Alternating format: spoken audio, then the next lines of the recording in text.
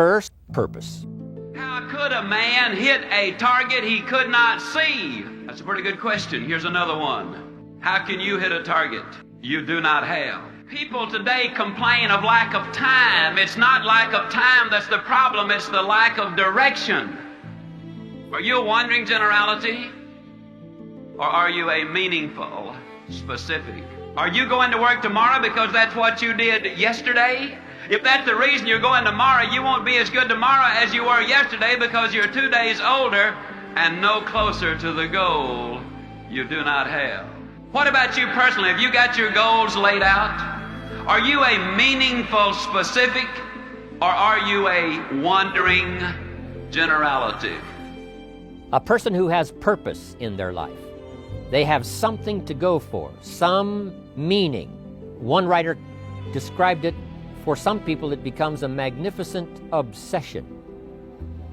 And for you and I, maybe it doesn't need to be that dramatic as a magnificent obsession.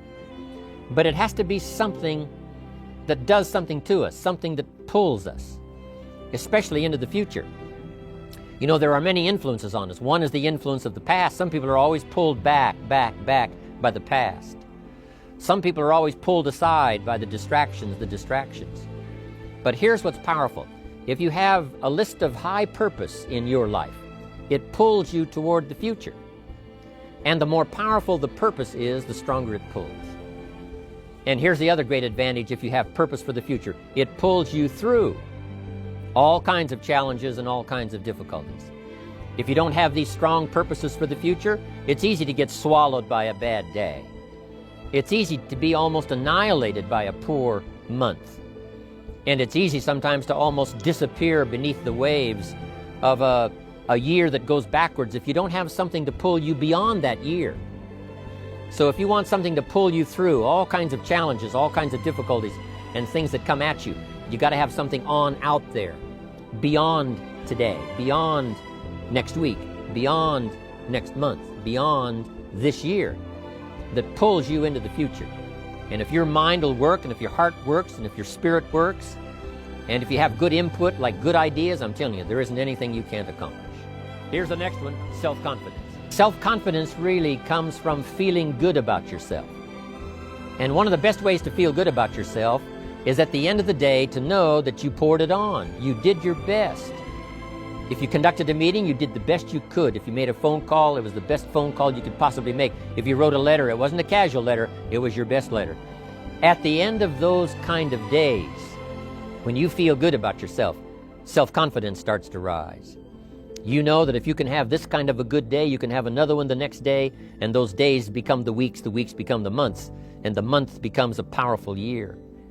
Self-confidence means willingness to do whatever it takes to achieve. Some people say, well, I'll do it for a little while and see what happens. You know, I'll try a couple of things. If that doesn't work, I'm out of here. And all of us know that that kind of person doesn't have much of a future. But if you're willing to do whatever it takes. If I have to learn a couple of things, I will learn those things. If I got to learn 5 or 6 things, I'll learn all 6. If I have to take an extra class, I'll take an extra class. If I've got to read the books, I'll read the books. If I have to consult with people who know more than I know, I will do the necessary consulting. Whatever it takes, I will do. See, most people want it easy. See, easy come, easy what? Easy go. See, but when you go at what you're going to deal with and you deal with the difficulties of it, when you handle those hard things close at hand, making those hard decisions right now that you don't want to make, learning those things that you don't like to do, but you know that in order for you to get where you want to go, this is one of the hoops that you have to flip through. So if it's hard, then do it hard. Now, how do you hang in there during the hard, difficult times? Les, you must have faith. You've got to believe in yourself. You've got to believe in your abilities. You've got to believe in your service, your company, your ideas, unquestionably. You've got to have faith, and that faith gives you patience. The third on the list I had was enthusiasm. And here's what I wrote about enthusiasm. Enthusiasm that's powerful is mostly enthusiasm that is enthusiasm inside. 90%, 10% outside. We all know what the enthusiasm is like when somebody lets us see their enthusiasm, which is like the 90%, and only 10% of it is inside. But the enthusiasm that really affects people is not just being loud, but the enthusiasm that runs deep, the enthusiasm that comes from deep inside, created by self-confidence, created by purpose, created by genuine willingness to help other people. That kind of enthusiasm, knowing that you're going to get the job done, knowing you're going to affect people, knowing you're going to have testimonials flowing in from all kinds of directions. That kind of enthusiasm. A lot of it is quiet. A lot of it is unheard. And the 10% that's heard, it rings a bell. People call it genuine enthusiasm because they know that what you say in the outward display of your enthusiasm is only a small tip of the iceberg of the enthusiasm you feel inside that really motivates you to do the best job you can.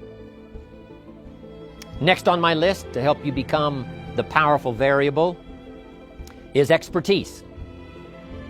If you're willing to be the best in your field, if you're willing to demand of yourself excellence in skills, to be the best that you can possibly be. In the training, do the best you possibly can. In doing a workshop, do the best you possibly can.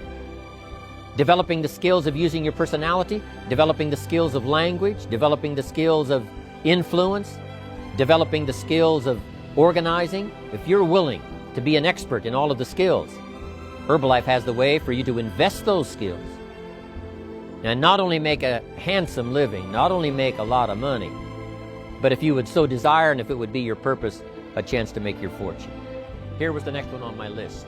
And preparation, of course, involves a whole lot of things. A big share of our life is preparing, getting ready. When we go to the first grade in school, we're just preparing for the second grade. After we've finished 2 grades, the 2 grades prepare us for number 3. Sometimes it seems like a long, excruciating time. And the time will just seem like it'll never come when we can finally have the performance that we really want. But it takes time to prepare. It takes time to get ready. And the decisions you make in the preparation time, those are the decisions that last for a lifetime. Preparing to have a good day. It's that preparing, maybe the night before, maybe the couple of days before the day that you're going to put everything together. The preparation for a meeting means that you've taken it serious. The preparation for doing a workshop means you're serious about the workshop. You want to make the best contribution. That kind of preparation is important. But here's preparation that's very vital, and that is to prepare yourself for success. Life seemingly does not wish to waste success on the unprepared.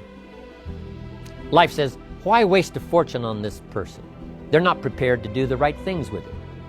They're not prepared to use it wisely. If a fortune was bestowed upon this unprepared person, it would probably be wasted. The people that could have been touched won't be touched.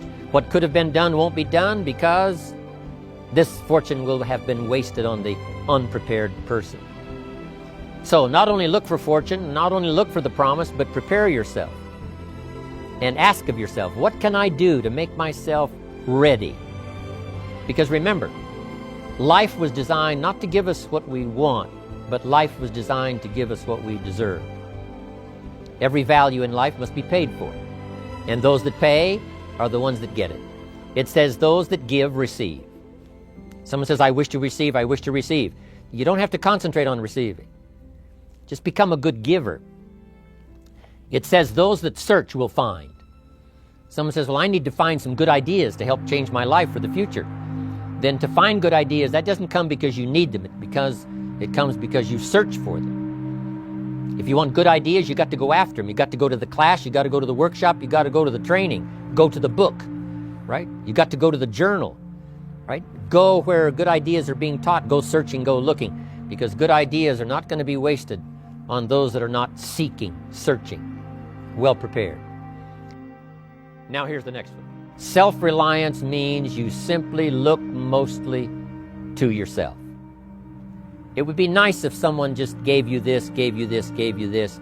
It would be nice if everyone did their job exactly as they're supposed to do it. But here's what you've got to do. Primarily rely on yourself. Primarily say, I'm the person responsible. And I will learn the necessary skills so that I can help people learn their skills. If I need lots of people to do certain things to build my organization, that is what I must have. But I've got to be the final backstop. I've got to be the final one that people can rely on. So that if this is missed and this is missed, I can catch up, I can fill the gap, I can do the job. Here's the next key power, and that's image. There's many parts to image. The image that others see you as, the image you have with other people. And it's very important how other people see you.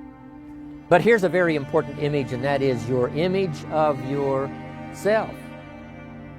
The way you dress, the way you talk, the way you think, your capacity for learning, all of that is an important image that you have of yourself. The image that you have that if it needs to be learned, you could learn it. If there's a book that needs to be mastered, you could master it.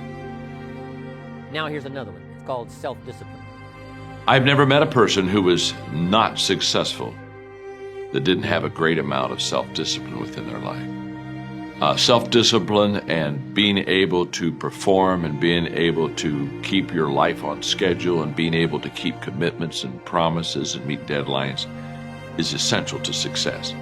The Marines have a saying, everybody wants to go to heaven, but nobody wants to die.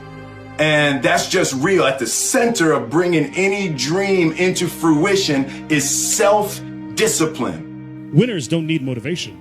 Winners need discipline. Discipline's about getting it done because it needs to get done, not because I feel like it, not because I'm motivated for it. You think Nelson Mandela was motivated to spend 27 years in prison? You think Martin Luther King was motivated to march across the states and proclaim freedom? You think, if you look at people that change the world, they're not doing it because they're motivated. They're doing it because they made a commitment to do it and they disciplined to see it through. Self-discipline, all of us have a challenge with that. Because sometimes it's easy, and especially if you're working hard, doing the best you can, it's easy sometimes to let up and let it go. But remember, so many people, especially now that we're as big as we are around the world, are counting on what we do. At home office, they have to be careful. They have to be disciplined. It's easy for the person who ships the product from Herbalife says, oh, well, I'll wait until tomorrow to ship it. And then they go home and sleep like a baby. But the distributor who's waiting for that product doesn't sleep that night, or doesn't sleep when the product doesn't show on time. But if everybody will have the discipline to say, I will do the best job I can. I will make mistakes, of course, because we're all human, but I'll try to remedy those mistakes and do the best job I can. That kind of self-discipline that understands how important your part is in all of the functions that work. Here's one more, and that is, if you want to live extraordinary, you must do extraordinary. If you want an extraordinary income, you must do extraordinary things. If you want an extraordinary fortune, you must go with the demands of what it takes to have that fortune. If we would ask of ourselves that kind of performance, and you've got to ask it of yourself. I can't ask it of you. I would try to inspire you. I would try my best to share with you what it might taste like, what it's like to finally make your fortune. It happened for me. But here's what you must do. You must demand it of yourself. Society does not demand that you not have a heart attack. But if you want to escape having a heart attack, you must demand it of yourself. Society doesn't demand that you take Herbalife and improve your health. You have to demand it of yourself. Society doesn't demand that you jog around the block every morning. But if you want good health, you must demand it of yourself. Society doesn't demand that you read a couple of books a week and improve your intelligence and your knowledge. That you must demand of yourself. Society does not demand that you build a financial wall around your family nothing can get through. That's not a demand of society. But you must demand it, if you wish it, you must demand it of yourself. Society doesn't demand that you learn a list of 10 skills in order to ensure your own future and the future of your family. Society doesn't demand it, doesn't require it. It is not a law. But if you want the benefit, you must demand it of yourself.